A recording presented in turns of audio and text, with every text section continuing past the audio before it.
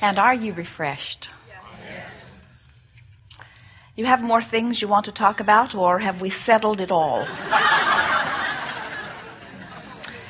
Right here, then here. Yes. Good afternoon. It is.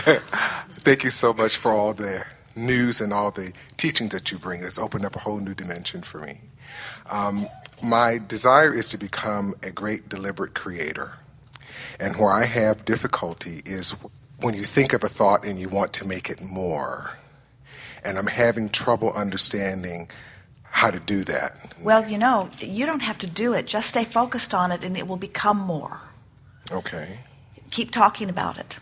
Keep thinking about it and it becomes more. I don't have Law to... of attraction will cause it to increase. And as you focus upon it, you establish your vibrational relationship between yourself and it.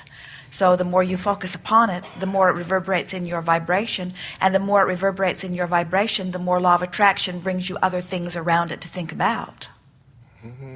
Okay. Consider this. A genius is just someone who focused upon something. And law of attraction then just brought more.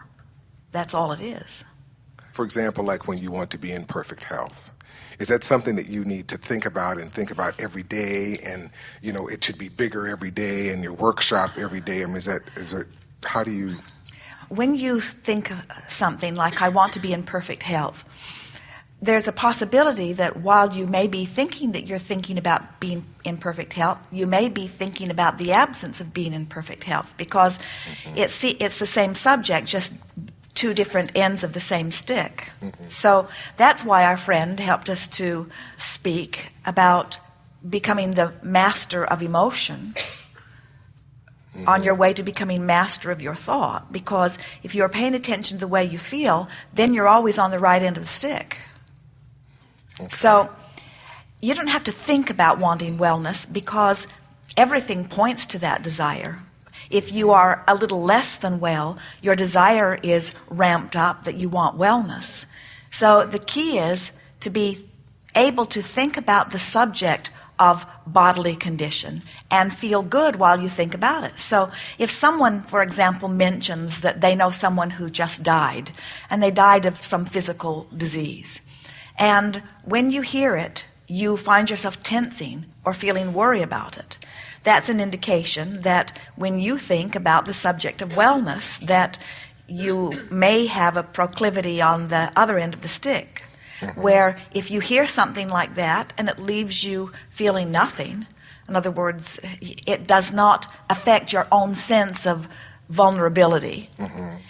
And while you may wish well for those around it, you do not feel any big fluctuations in your own vibration, then that means that what happens to someone else is a non-issue to you, because you are stable in your knowing of your own well-being.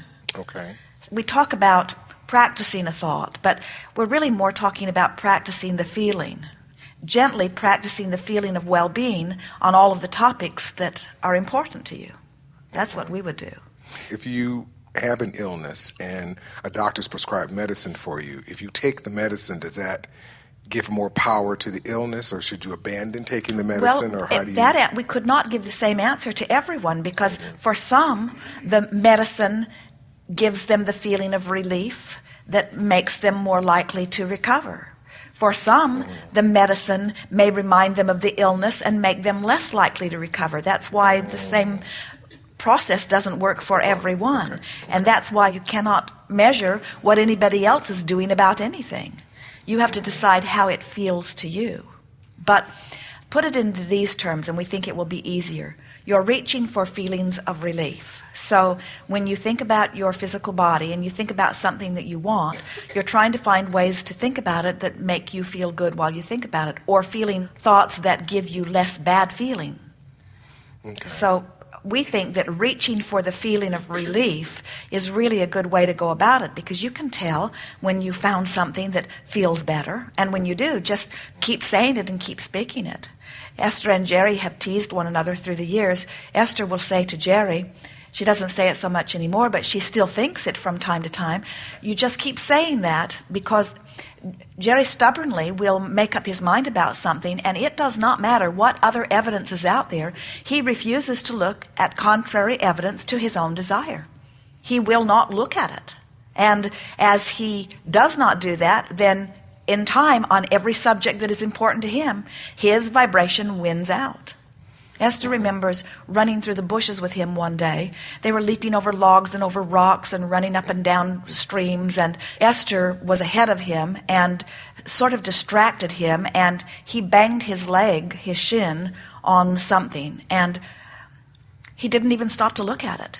He limped off and then did his best to forget about it and would not talk to Esther about it. And she kept saying, let me see, let me see, let me see. And he kept swatting her away. He did not want to give his attention to it, and he did not want her to either. And that's really what we are encouraging, just becoming very stubborn about turning your attention to things that you know darn well are going to cause you to feel a way you don't want to feel. And there are many who would say, oh, Abraham, you are teaching denial. And we say, we absolutely are. We would deny anything that was not a vibrational match to what we are wanting, because we know how truths are made. Truths come in response to your vibrational attention. Period. So you can make anything you want your truth. It might as well be something that pleases you. Okay. Great. Thank you. Yes, indeed. Thank you.